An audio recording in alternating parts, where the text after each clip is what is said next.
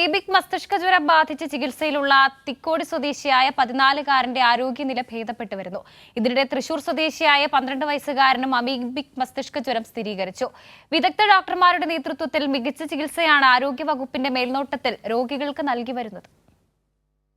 സംസ്ഥാനത്ത് അമീബിക് മസ്തിഷ്ക ജ്വരം ബാധിച്ച് നിലവിൽ 2 പേരാണ് ചികിത്സയിലുള്ളത്.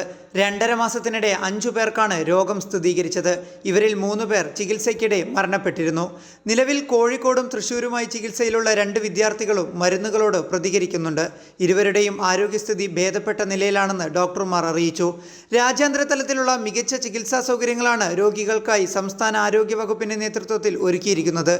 നേരത്തെ വിദേശ രാജ്യങ്ങളിൽ നിന്ന് അമീബിക് മസ്തിഷ്ക ജ്വരത്തിനെതിരെയുള്ള മരുന്നുകളും സംസ്ഥാനത്ത് എത്തിച്ചിരുന്നു. രോഗികളായവർ ഉപയോഗിച്ച കുളങ്ങൾ ക്ലോറിനേറ്റ് ചെയ്യാനും നിർദ്ദേശം നൽകിയിട്ടുണ്ട്.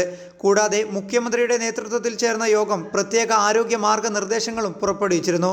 ഇതിനു പുറമെ അമീബിക് മസ്തിഷ്ക ജ്വരം ബാധിച്ചവരുടെ വീടുകളിൽ കേന്ദ്ര ആരോഗ്യ മന്ത്രാലയത്തിന്റെ പ്രത്യേക പ്രതിനിധികളും പരിശോധന നടത്തിയിട്ടുണ്ട്.